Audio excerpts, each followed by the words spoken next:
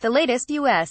sanctions imposed on Russia earlier this month, targeting 24 Kremlin insiders and oligarchs close to Vladimir Putin and their companies, are proving more painful than had been expected, say analysts.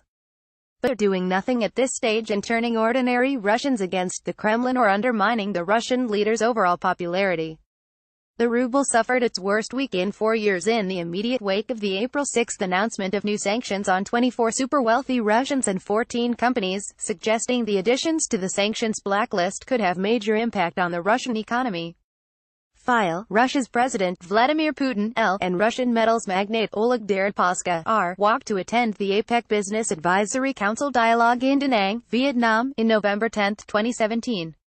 And that appears to be the case with the fortunes of the blacklisted Oleg Deripaska. He is the owner is Rusal, one of the world's largest aluminum producers, which until the sanctions started to bite exported 82% of its production.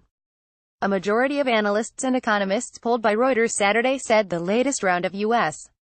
sanctions against Moscow will likely limit interest rate cuts planned by Russia's central bank, thereby slowing the country's economic recovery, despite rising oil prices. A combination of file photos show prominent Russian businessmen and officials on a U.S. sanctions list released by the U.S. Treasury Department in Washington, D.C. April 6, 2018. Retaliation. The introduction of sanctions drastically raised uncertainty for the business environment in the Russian economy, said Kirill Tremasov, a former Russian official and now head of research at Loco Invest, a financial brokerage.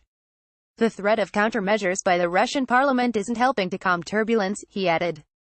The Kremlin says the April round of sanctions, which Washington imposed after accusing Russia of malign activities, are unlawful, and Russian officials have warned they will retaliate.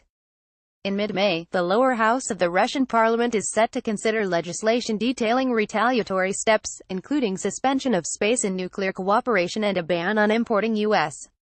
agricultural produce, pharmaceuticals, tobacco and alcohol. Some Russian lawmakers also want to suspend the intellectual rights to software developed by U.S. individuals or companies that's used on Russian territory. Impact on investment. When the West imposed its first sanctions on Russia, after Moscow's annexation of Crimea and fomenting separatism in eastern Ukraine, the effect was limited, according to analyst Nigel Gould-Davies of Britain's Chatham House. Russia found ways to adapt.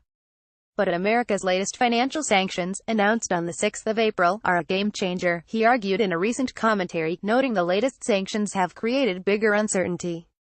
No one knows who might be targeted next, he continued. Russia faces a new systemic risk. Expectations about U.S. sanctions are now as important as the oil price for assessing its prospects. Vladimir Bogdanov, head of oil company Surgutneftegas, attends an awarding ceremony at the Kremlin in Moscow, Russia, April 30, 2016.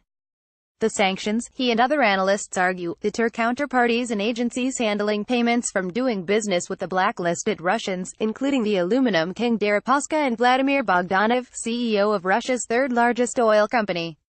And by targeting publicly traded companies, the sanctions have stripped away protecting corporate assets by listing on foreign stock exchanges, including London, New York or Hong Kong.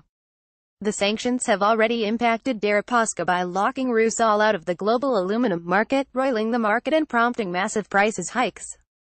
Treasury has now said it will consider lifting sanctions on Rusal if Deripaska divests from the company and relinquishes control, something the industrial titan has hinted he may have to do.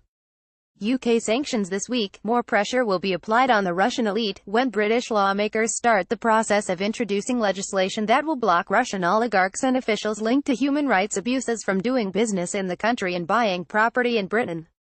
If foreign oligarchs and kleptocrats who've committed crimes or abused human rights suddenly find they can't buy property or stash their cash in the UK, it's going to hurt, said British Conservative lawmaker John Penrose.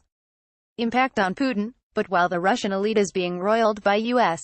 sanctions targeting oligarchs, disrupting their businesses and impacting foreign investment more broadly in the country, it remains unclear whether they're denting Putin's popularity among Russians or will in the future.